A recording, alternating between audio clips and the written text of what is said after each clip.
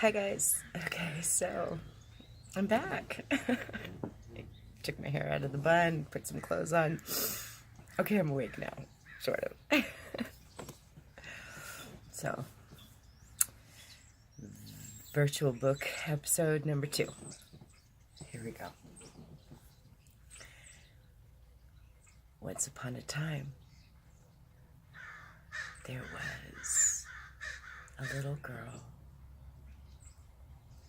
who believed her song could change the world.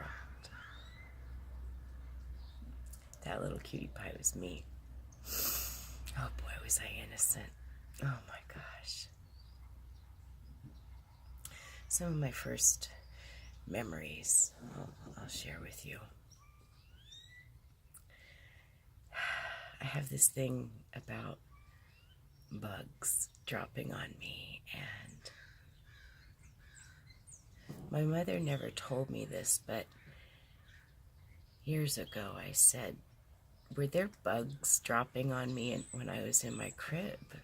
And she said, yeah, apparently when my folks moved from Indiana to Malibu when I was a couple of weeks old, there were silverfish in the house they rented, and I guess the silverfish would be in my bedroom and drop into my crib. And so, as odd as that may seem, that's one of my first memories. And another one was when I'm guessing I was about 2. My mom and I were in an apartment on the 2nd floor, and we were on a big pillow-like bed. It was like back then in the 1970, they used to make these big, huge, like, animal pillow futon beds. This was before futon, but anyway, I was on this maybe leopard print bed, and it seemed like it was right in the door. I was with my mom, and I just remember the feeling. My dad had walked in, and I remember the feeling of pain and loss and sadness I felt as a little one. It's my understanding that that's when my parents were splitting up.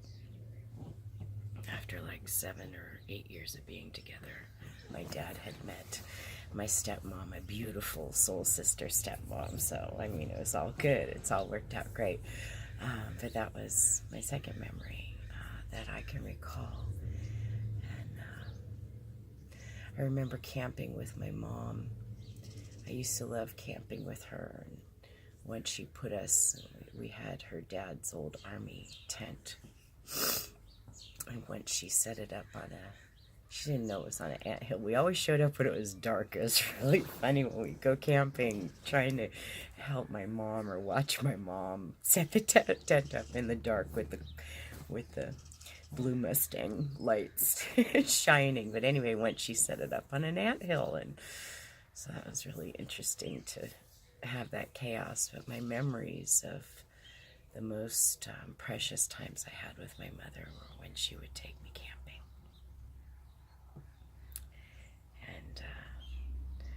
And some of my first real powerful memories were not such happy ones. My mom married a beautiful man, beautiful black man, and very passionate guy who was also a violent alcoholic. And so when I was young,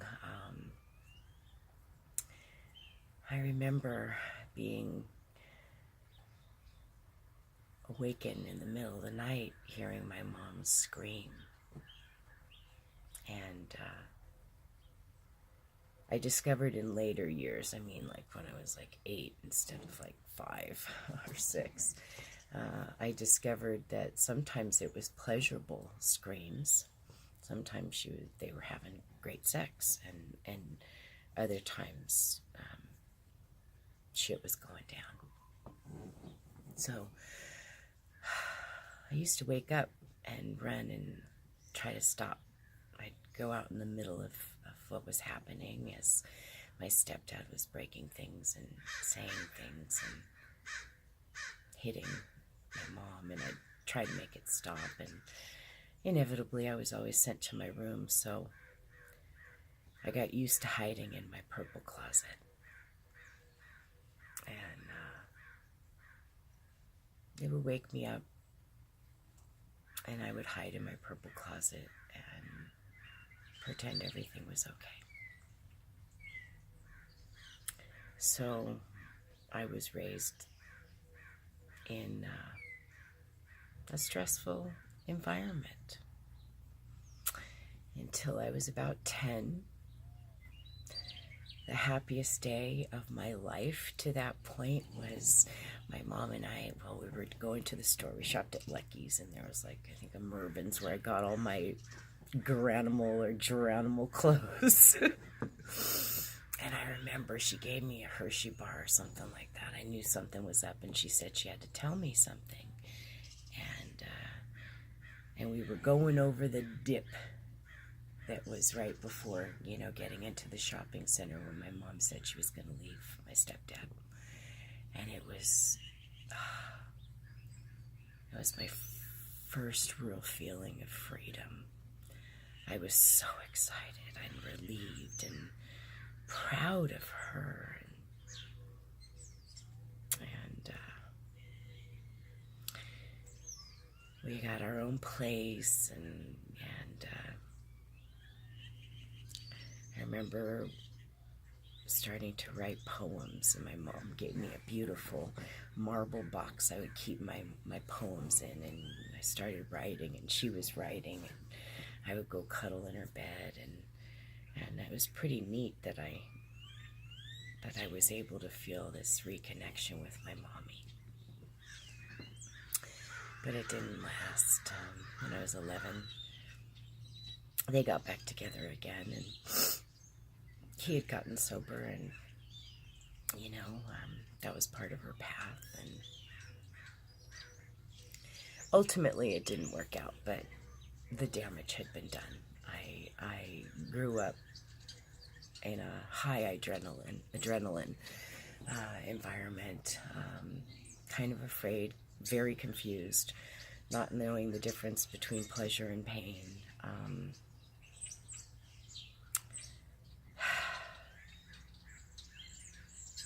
When my sister was born, I remember being very, very protective of her.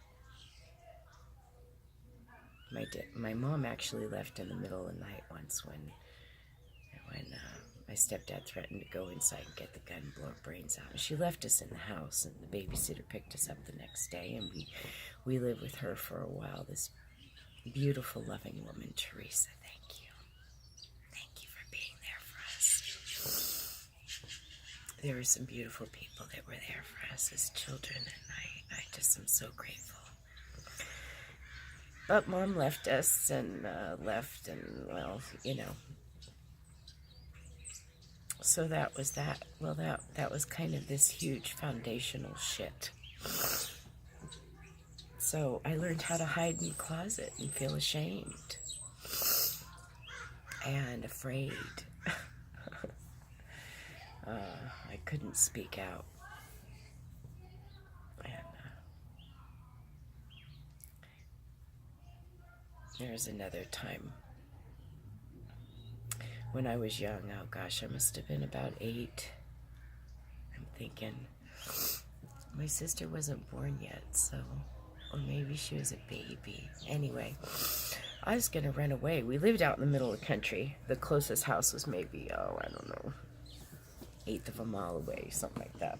I mean, it was a walk. We lived up on a little hill, and there was a big acre of land. I had a horse. It was incredible. Rusty was my best friend.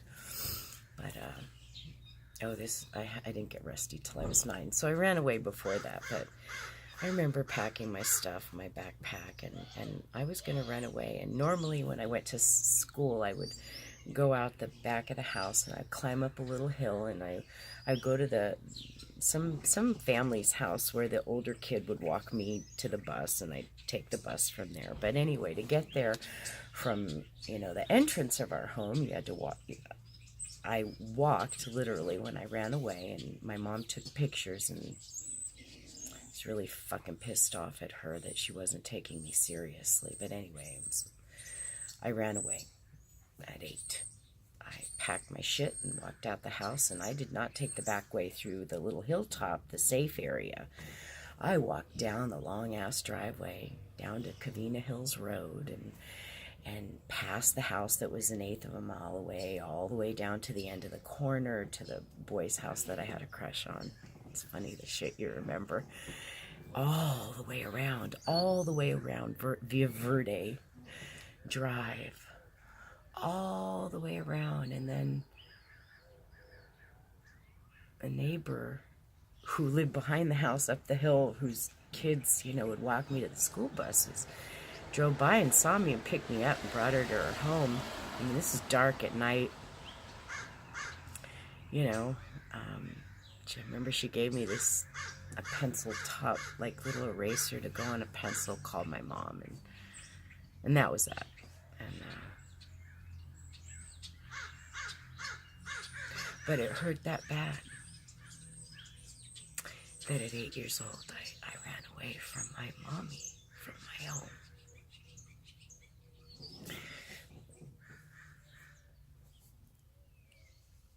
It's not easy being a kid. It's not easy being a grown-up. And I think a lot of our kids are feeling the heaviness of life. And as I recall my story and how it felt to feel abandoned, not protected, and terrified, I really can sympathize with what our children must be going through. Recently, both of my daughters have come to me expressing concern about some of their friends that have been feeling suicidal. And I remember, as a child, not wanting to live. And so, my heart goes out to these babies that are in fear and that are struggling with trying to understand. And my heart goes out to the parents that are maybe stuck in abusive relationships or that are self-abusing themselves. My heart goes out to you all. I've been there. I've experienced some of this myself. So that's a little journey down memory lane and part of my childhood. And gets better from there. So, chapter 2. Thanks for joining me. With great love and with great light, reminding you that that's just the beginning. I feel fabulous now. But I'm sharing this because our babies are hurting. Our children are hurting. Please, please, parents, try to step out of your own pain, your own little whirlwind of chaos, and gather your babies in tight.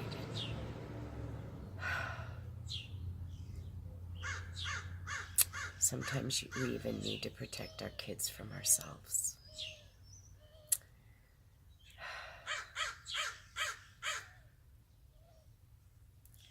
If your baby is expressing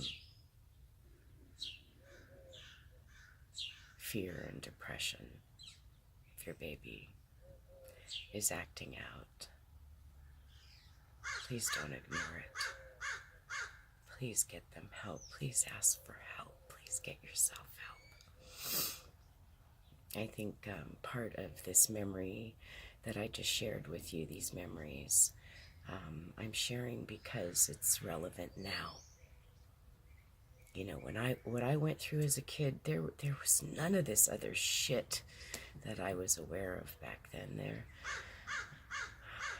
I mean, what's happening nowadays, all the changes, all the stuff, all the energy, it's even more intense. So be there for one another. So, well, that was chapter 2.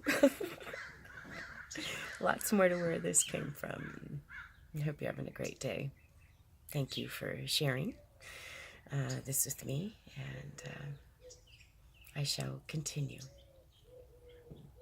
in love and light, always, always, in always.